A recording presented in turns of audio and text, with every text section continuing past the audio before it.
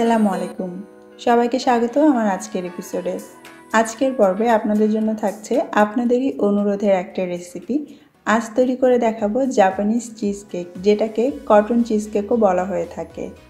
এই যে দেখুন, একটা টুকরো আমি হাতে ভেঙে দেখাচ্ছি, দেখে নিশ্চয়ই বুঝতে পারছেন যেটা কতটা সফট আর স্পঞ্জি, আর খেতে তো ভীষণ মজার। আপনারা ছোটোবেলায় নিশ্চয়ই কটন ক্যান্ডি বা হাওয়াই মিঠাইটা খেয়েছেন, যেটা মুখে দিলেই অনেকটা মিলিয়ে যায়। তো এই চিজ কেকটাও এতটাই সফট আর নরম তুলতুলে হয় যে এটাও মুখে দিলে অনেকটা সেরকমই মিলিয়ে যায়, আর সেজন্যই এই কেকটার নাম কটন চিজ কেক। আজকে আমি একটা পারফেক্ট রেসিপিতে সহজ কিছু স্টেপে এই কেকটা তৈরি করে দেখাবো। আশা করছি আমার আজকের রেসিপি আপনাদের ভালো লাগবে এবং কাজে আসবে। যদি আজকের রেসিপি আপনাদের পছন্দ হয়ে থাকে তাহলে অবশ্যই লাইক বাটনে একটা ক্লিক করবেন এবং কমেন্টে আপনাদের মতামত জানাবেন। চলুন তাহলে শুরু করা যাক। প্রথমেই আমরা কেকের মোল্ড রেডি করে নিব। আজকের কেকের জন্য আমি একটা ওভাল শেপের মোল্ড নিয়েছি। আপনারা চাইলে রাউন্ড, স্কোয়ার বা যে কোনো শেপের মোল্ড ব্যবহার করতে পারেন। আর আপনাদের মোল্ডটা ননস্টিকি হোক বা নর্মাল হোক সেটা ব্যাপার না, যেটা করতে হবে সেটা হচ্ছে এরকম পার্চমেন্ট পেপার বা বেকিং পেপার দিয়ে আপনার প্যানের সাইজ অনুযায়ী একটু হিসাব করে কেটে নিয়ে চারপাশে এভাবে কভার করে দিতে হবে। আর অবশ্যই ওপরে একটু বাড়তি রাখতে হবে যাতে কেকটা ফোলার সময় বাইরে থেকে পড়ে না যায়। সেই সঙ্গে আমাদের এক্সট্রা আর একটা বেকিং ট্রে লাগবে। এবারে আমরা চলে আসলাম মূল রেসিপিতে। আর কেকের জন্য আমাদের লাগবে 3টা মাঝারি সাইজের ডিম। চাইলে বড় ডিমও নেওয়া যেতে পারে, তবে যদি একদম ছোট ডিম হয় যেমন আমাদের দেশি মুরগির ডিম, তাহলে আপনাকে 4টা ডিম নিতে হবে। ডিম 3টাকে আমি একটা বাটিতে ভেঙে নিচ্ছি। আর এই ডিমগুলো কিন্তু আমি সরাসরি ফ্রিজ থেকে বের করে নিয়েছি, রুম টেম্পারেচারে থাকা ডিম লাগবে না। এইবারে এই ডিমের থেকে আমি কুসুমগুলো আলাদা করে নিচ্ছি। আমার কাছে এই পদ্ধতি সহজ লাগে, তবে আপনারা অন্য পদ্ধতিতে করতে চাইলে করতে পারেন। কুসুম আলাদা করা হয়ে গিয়েছে। এইবার আমরা কেকের ব্যাটার তৈরি করব। এজন্য প্রথমেই আমি চুলা থেকে টকবগে ফুটন্ত পানির হাঁড়িটা নামিয়ে নিলাম। একদম টকবক করে যখন ফুটবে সেই পর্যায়ে নামিয়ে নিতে হবে। তারপরে এর উপরে একটা বাটি রাখলাম। এমন ধরনের বাটি নেবেন যেটা তাপে ফেটে বা ভেঙে না যায়।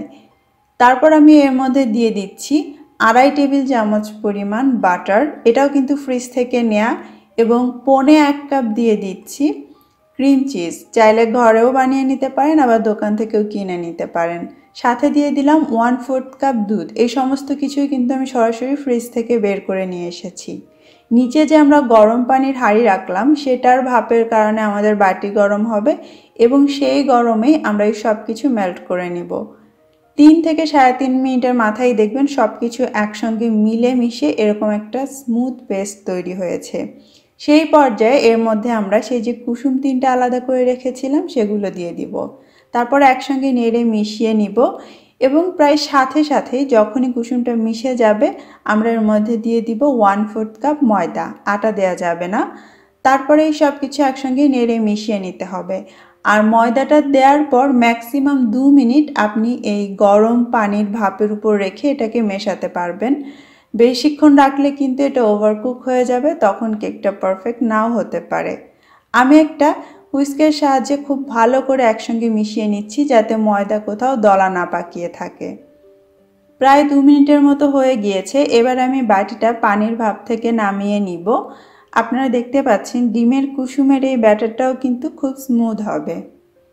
এবারে সেই যে 3টা ডিমের সাদা অংশ ছিল এগুলো আমি এতক্ষণ ফ্রিজের নর্মাল চেম্বারে রেখে দিয়েছিলাম, সেটা বের করে নিলাম।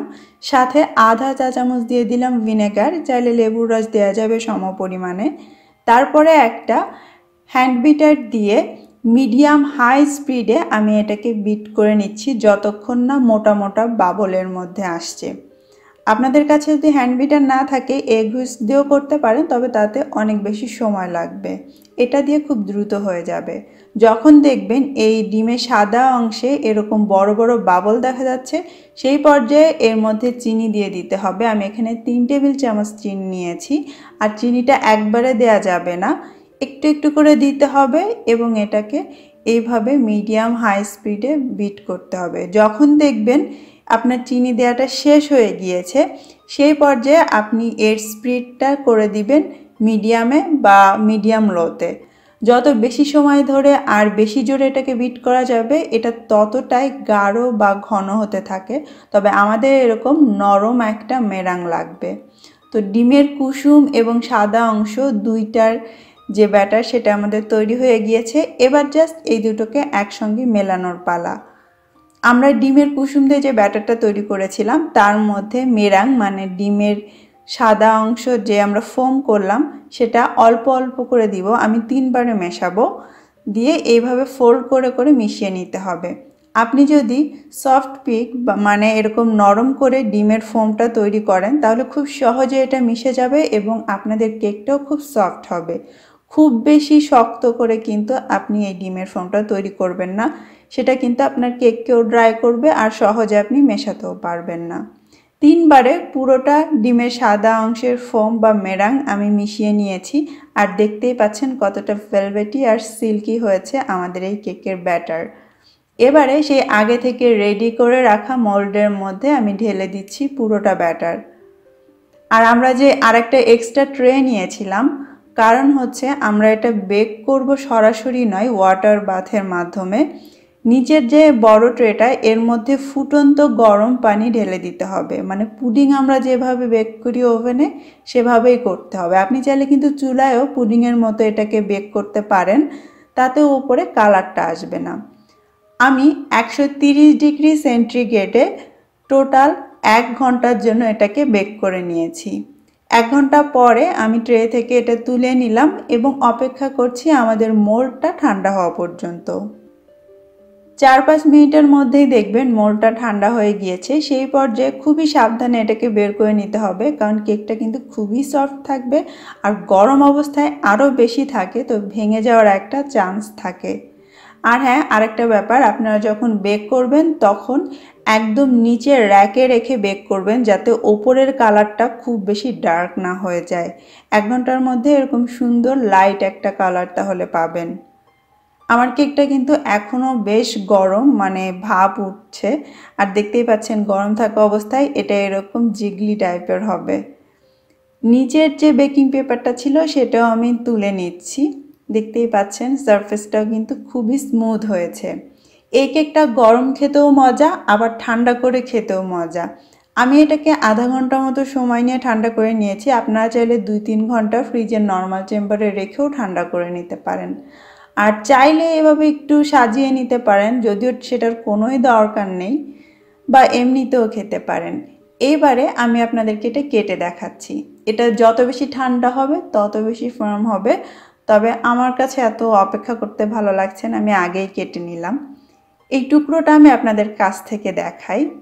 দেখি নিশ্চয়ই বুঝতে পারছেন এটা কতটা সফট আর মোলায়েম, ধরতেই খুব ভালো লাগছে। ছোট বাচ্চাদের গাল যেমন হয় ধরে শুধু টিপতে ইচ্ছা করে, ঠিক সেরকম। আর ভেঙে দেখাচ্ছি, দেখতেই পাচ্ছেন ভেতরটা কত সুন্দর হয়েছে।